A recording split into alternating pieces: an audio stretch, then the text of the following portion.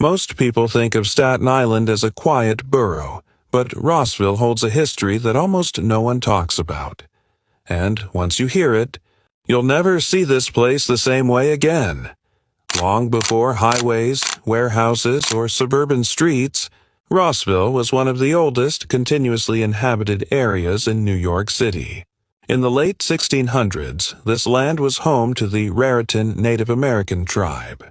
They fished these waters, farmed the soil, and built their lives here, until European settlers arrived and slowly pushed them out through broken treaties, violence, and disease. There are no big monuments for them in Roseville today, but their story is the very first chapter of this land. By the early 1700s, Dutch and English settlers took over, turning Roseville into farmland. But here is something most people don't know. Roseville was once a key agricultural supplier for New York City.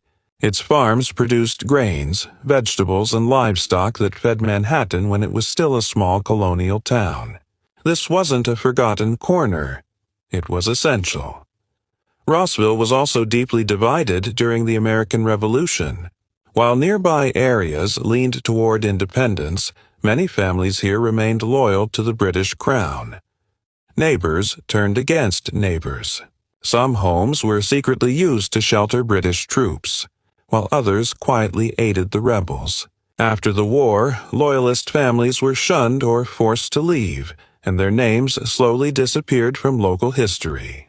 Then came one of Roseville's darkest chapters: slavery.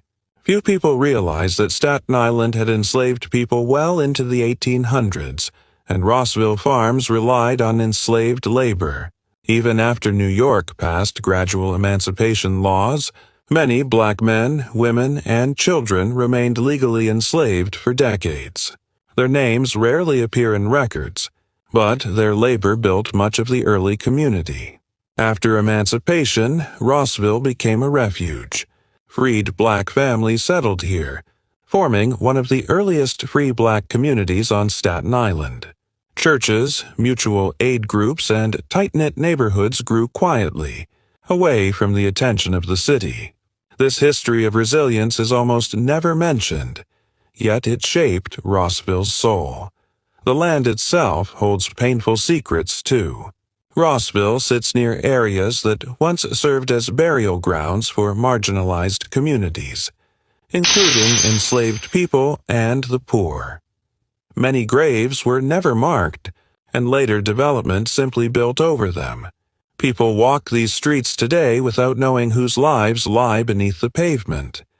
In the 20th century, Roseville changed again.